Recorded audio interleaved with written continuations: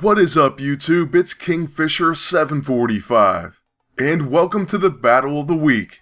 It didn't take us long for us to get a graphic of this as I said we would, and I want to thank Agent Tesla for it. But as we begin, I do want to say it was very difficult to choose a match for this week, and if many of you saw the other ones, you may not even say this one was the best. Well, I'm pretty confident that you wouldn't say that. However, this one was my favorite, and there was at least a threat element in this one. But let me just say really quick, one of the other candidates was against an 871,000 defense Colossus and Kuurth team. Plus, I believe they had every single hero at level 15. Or at least that's the way it appeared. So yeah, to be clear, it was a very difficult match, and I think it took maybe 13 minutes. I won't spoil the outcome, but if you do want to see that, let me know in the comment section below. And since it was super long, we're going to make that a Q&A. So first part, tell me if you want to see it. Secondly, leave a question for that video. By the way, it is going to be Howard and Squirrel Girl in our Howard cosplay. So that's going against a Kuurth and Colossus team. Not exactly the best matchup, which is kind of an issue with this team. The meta right now definitely doesn't make it easy. But they are a ton of fun, and they're obviously pretty funny to look at. Thankfully, you can get away with using Wrath of the Raging Squirrel on Emma Frost. It's a stealthy attack. And then if you're using the Scrapper Squirrel Girl, you're going to get a follow-up as well.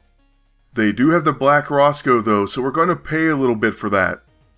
In this case, our agent and Howard's going to join in. But unfortunately, we deal very little damage. Well, Emma's going to be annoying. Spitfire would have killed her, but we don't have her here unfortunately.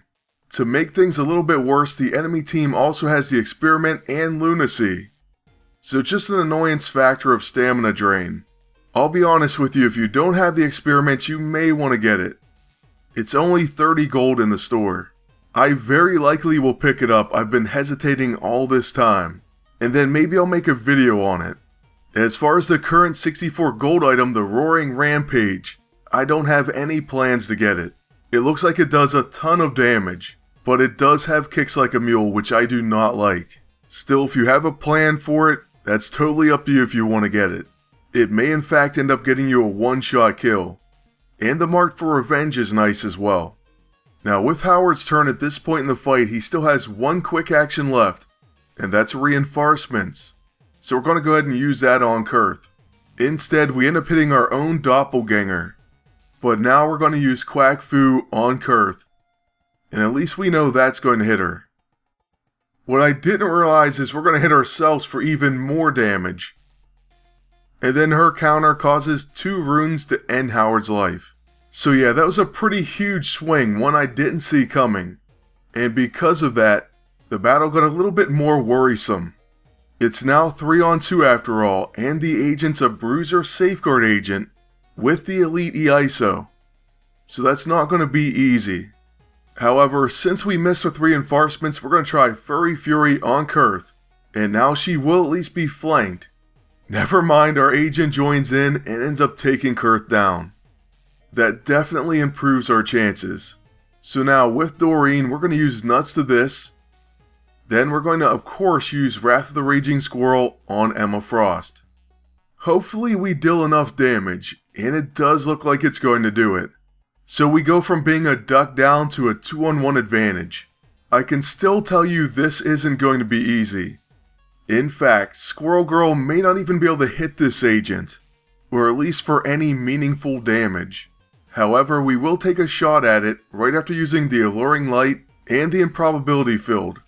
We're just going to play it safe on my agent's turn for now. Then after that, we'll see if Doreen's going to be a liability against this Bruiser agent. My guess actually is yes. And that's what kind of makes it difficult for her right now. But hey, let's not write her off in this battle yet. First we'll use Nuts to this, and then we're going to use her level 9 Wrath of the Raging Squirrel. The enemy preemptively strikes with a Grace Note, and then we end up missing our level 9. So no damage, but don't worry, we got another attack coming. And it also does very little damage. For that, we're going to lose a lot of our stamina. We're going to take absorb energy damage. and apparently a Black Roscoe hit. Our follow-up attack at least does a little bit of damage. But all in all, we got the worst part of that exchange. We're also pretty much out of stamina. Fortunately, the enemy agent uses the experiment, and that's going to be the end of their turn. So that's one good thing about the AI having the experiment. Also, my agent does gain back stamina, and with that, we can get rid of those 10 stacks of escutcheon. Then, unfortunately, our turn's going to be over. So with Squirrel Girl, we're going to go ahead and pass. I pretty much think she's done attacking in this one. There's just no reason.